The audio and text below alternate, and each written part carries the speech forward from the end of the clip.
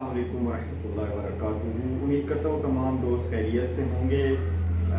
اس وقت میں بہت اہم بات آپ سے شیئر کرنا چاہ رہا ہوں۔ وہ یہ بات ہے کہ موجودہ حکومت نے کسان پر بہت ظلم ڈھایا ہے، بہت زیادتی کی ہے کہ جب کسان کی باری آئی فائدہ اٹھانے کی، جب کسان نے اپنی محنت کا پھل لینا تھا، حاصل کرنا تھا، تو اس چور حکومت نے، اس ظالم حکومت نے ان کا جو محنت کا پھل تھا وہ چھین لیا۔